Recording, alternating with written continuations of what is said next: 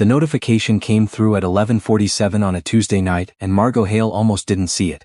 She was already in bed half asleep when her phone lit up the ceiling, a calendar reminder, the one she'd set 3 years ago and forgotten to delete. Anniversary dinner, Brasserie Laurent, 8 p.m. She stared at it for a long moment. Then she set the phone face down on the nightstand and listened to the silence of her house, which was now only her house, and fell asleep without crying. That was new, that was something. It had started the way most disasters start, quietly, and with paperwork. 15 months earlier, Margot had come home from a site visit to find a manila envelope on the kitchen counter. Her name was on the front in her husband's handwriting. Careful, architectural lettering, the kind he used for presentation boards. She'd actually thought it was something for work. She'd even smiled a little, peeling it open, because Owen had occasionally left her project documents when she was too slammed to come into the office. The word petitioner appeared on the first line. Then her name, then his. She sat down on the kitchen floor, not on a chair, the floor. She just went straight down, envelope in hand, and sat there on the cold tile until the automatic lights clicked off and left her in the dark. Owen Calloway, her husband of 9 years, partner at the architecture firm they had built together. The firm that bore his name first on the letterhead, though she'd been the one to land their first major contract. The one who'd spent 18 months on the Pemberton Center project while he was still shaking hands at networking events, and learning which forks to use at client dinners. That Owen, that man, he hadn't even been there to hand it to her himself. She found out later, much later, from the firm's accountant, who had the decency to look ashamed when she asked, that Owen had been planning the separation for 7 months. While she was finishing the Pemberton Center, while she was flying to Halifax to oversee the exterior cladding installation in January, in the rain, in a coat that wasn't warm enough because she'd been too busy to go shopping, while she was defending their design to city council at a public hearing that lasted 4 hours on a Thursday evening, and he texted her good luck babe and a thumbs up. 7 months. The woman's name was Serena. She was 29. She worked in the firm's marketing department, which meant Margot had technically approved her hiring. She'd shaken the woman's hand at the Christmas party 2 years in a row. She'd complimented her earrings. Margot would think about that later, the earrings, and feel something that wasn't quite anger and wasn't quite grief but sat somewhere between the two, heavy and airless, like water at the bottom of a very deep lake. The divorce proceedings started in April.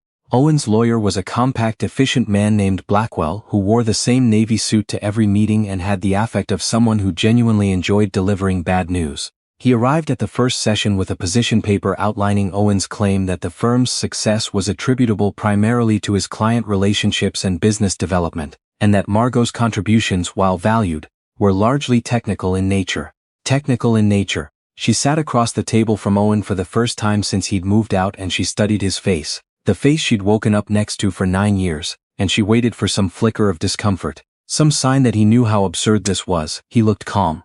He looked like himself. He looked like a man who had decided something, and was no longer troubled by the deciding. She had her own lawyer, a woman named Patricia Ossie, who wore excellent shoes and had a habit of taking very long pauses before she spoke that initially made Margot nervous, and later she understood was deliberate. The pause was the point. The pause was Patricia telling the other side, "I've heard what you said and I've decided it isn't worth rushing to answer." Patricia, it turned out, had spent 4 weeks before their first session reviewing every project file, every email chain, every contract, every invoice. She had a binder. The binder was substantial. The Pemberton Center, Patricia said at the second session, and slid a document across the pleated 14 months ago, awarded the National Urban Design Prize last fall. Client credit is listed to Calloway Architecture on all public materials. She paused. The initial client contact was made by Margot. The concept design was drawn by Margot. The contract was signed during a period when Owen was in Vancouver at a conference. Another pause. "We have the emails." Blackwell looked at his own binder. Something in his expression shifted, almost imperceptibly, and Margot watched it happen and felt, for the first time since the kitchen floor, like she could take a full breath. But it wasn't over, not close to over. Owen's position hardened after that session. He stopped making eye contact with her at hearings. He started referring to the firm in the singular, my firm, my clients, my reputation, in a way that was so habitual it seemed unconscious, like he'd genuinely rewritten the story inside his own head and settled into the new version. It occurred to her that this was probably how he'd gotten through the 7 months of planning without visible guilt. He'd just told himself a different story. There was a moment, about 3 months into the proceedings, when she ran into him at the office. She still had access, technically, though she'd been taking her work home, and he was standing at the kitchen counter with Serena, and Serena was wearing a scarf that Margot recognized. It was cashmere. It was the burnt orange one she'd bought in Montreal 2 Christmases ago and had thought she'd lost. It had been in her drawer. In their bedroom. In their house. She stood in the doorway for a moment. Serena saw her first and went very still. Owen turned around. "Margot," he said, like she was a colleague who'd dropped by unexpectedly. She walked to her desk, picked up the hard drive she'd come for and left. In the elevator, going down, she thought about the scarf. She thought about Serena's hand at the edge of it, tucking it into her coat.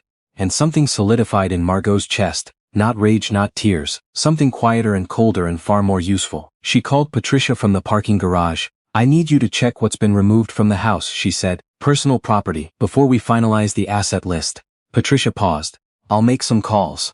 It was Margot's friend Winifred who kept her sane through most of it. Winifred Chow, who had known Margot since their second year at Ryerson, who had been a bridesmaid at the wedding and had spent the night of the split on Margot's couch eating cold pizza, and not saying "I told you something was off about him," even though she absolutely had told her, twice, in the last year alone. That kind of friendship, the kind you don't fully appreciate until you actually need it. "You look better," Winifred told her, one evening in November over wine at Margot's kitchen table.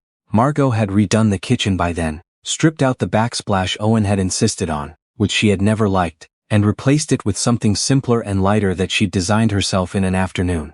"Better than what?" Margot asked. "Than 3 months ago. You've got your face back." Margot considered this. "I'm just less tired," she said, which was true. She was sleeping better. She'd started running again, nothing serious, just down to the waterfront and back, early enough that the city was still quiet. She was cooking actual meals instead of eating cereal over the sink at midnight. Small calibrations. But they added up. The hearing in December was the one that mattered. Patricia had requested full financial disclosure from the firm, every revenue stream, every contract, every client account over the past 9 years. Blackwell had delayed 3 times and Patricia had filed each time, pleasantly and immediately, and the judge's patience with the delays had visibly thinned. The documents, when they finally arrived, told a fairly clear story. Of the firm's top 12 revenue-generating projects over the past 9 years, Margot had served as lead designer on 9. 3 of those clients, including the Pemberton Center, had initially reached out to Margot directly, before there was even a firm to contact. One client had actually written an email, which was now in Patricia's binder, stating explicitly that they were hiring Margot Hale, not the firm in general, and that if Margot weren't involved, they would go elsewhere. Blackwell had a very long pause of his own after Patricia read that one aloud. His, unlike Patricia's, did not seem deliberate. Owen's face was something Margot would remember for a long time, not because it gave her satisfaction. Or not only that, but because it was the first time she'd seen him genuinely surprised. He had believed, she understood now, that he was the story of the firm. He'd told it that way so many times, at dinners, at conferences, in the bio on the website she'd asked him to update and he never had, that he'd stopped being able to see the scaffolding underneath. The settlement gave Margot 38% of the firm's current valuation, plus a buyout clause tied to the Pemberton Center revenues for 5 years. It wasn't everything she'd put in, but it was enough to begin with. She took 3 weeks off after the settlement. She went to visit her sister in Victoria, walked a lot, slept in a house that smelled like wood smoke and lavender, and tried not to think about anything professional for as many hours a day as she could manage. On the flight back to Toronto, she opened a blank document on her laptop and stared at it for 20 minutes. Then she typed 2 words, "What next?" She'd been thinking about going independent for years, since before the marriage really. There was an old business plan in a folder on her hard drive, dated 7 years back, half-formed, shelved when Owen had suggested folding their work into a single entity because it was more efficient. She found the folder the first week of January and sat reading it at her kitchen table with her coffee going cold. A lot of it was outdated, but the core of it, the vision she'd had for a different kind of practice, one that prioritized civic and community projects over corporate contracts, that part still felt true. It was around then that she met Declan Park. Not met, she'd known Declan for years loosely. He was a structural engineer she'd collaborated with on 2 projects while at Callaway Architecture. He'd been the one to call her after the settlement news circulated through the professional community, a low-key world in which everyone eventually hears everything, and say, without preamble, "So are you going out on your own?" "Thinking about it," she told him. "I've been thinking about the same thing for 2 years," he said. "I have 3 clients who've told me they'd follow me. One of them is the city." They met for coffee, then lunch. Then they started meeting weekly at a table in the back of a cafe on Queen Street, and the conversation, which had started professionally, became something else. Not quickly, not dramatically, but the way certain things shift. You look up one day and the light in the room has changed and you realize it's been changing for a while. Owen found out about Declan, the way Owen found out about most things he didn't want to know. Too late, and through someone else. A mutual contact mentioned it casually, the way mutual contacts always do. Margot got a text from an unknown number 2 days later that she recognized immediately as one of Owen's old secondary phones from the habit of his phrasing. "Is this really what you want, Declan Park? Are you serious?" She read it once. She didn't respond. She set the phone face up on the counter and went back to the elevations she was working on. But the texts continued. Over the following week, 3 more from various numbers she didn't recognize. Then a voicemail which she listened to once and saved. Owen's voice, stripped of its professional register, smaller than she'd heard it in years. Something about how things had been complicated, how he'd been under pressure, how she didn't understand the position he'd been in, how she was making a mistake, how Declan Park was a competitor. Did she not understand that? How she owed him. And here the voicemail became something she stopped listening to, because the word owed had appeared and there was nothing useful left after that. She sent the voicemail to Patricia, who added it to a file with a calm efficiency that suggested she had done this many times before. Serena, it turned out, had left Owen in September. This came to Margot secondhand through Winifred, who had it from someone at the firm who was not being disloyal so much as unable to stop talking. Serena had apparently told Owen that she hadn't signed up for the kind of chaos the divorce had created, which Margot found almost funny. The kind of funny that sits just next to something else. The chaos had not been of Margot's making. Owen was, by all accounts, not doing well. The firm had lost 2 clients in the fall, both of whom had been Margot's relationships. A third client, the city project she'd been managing before she left, had quietly opened a new RFP rather than renewing with Callaway Architecture directly. At a conference in March, a colleague told Marg that Owen had given a presentation and seemed off, distracted, thin, not himself. She felt something when she heard that, not triumph, not quite. More like the settling of an account she hadn't known was open. Hale Park Studio launched in February, out of a light-filled office in the Distillery District that had been a photography studio in a previous life, and still had a quality of attention to it, a sense that the space expected to be used for something that mattered. Declan brought the structural contracts. Margot brought the design clients. They hired an associate, a young woman named Faye, who was meticulous and funny and had opinions about everything, which Margot appreciated more than she could say. The first project was a community library in Scarborough. Small, underfunded, demanding in the way that genuinely interesting problems are demanding. Margot worked longer hours than she had in years and didn't notice the time passing the way she used to. This was new too.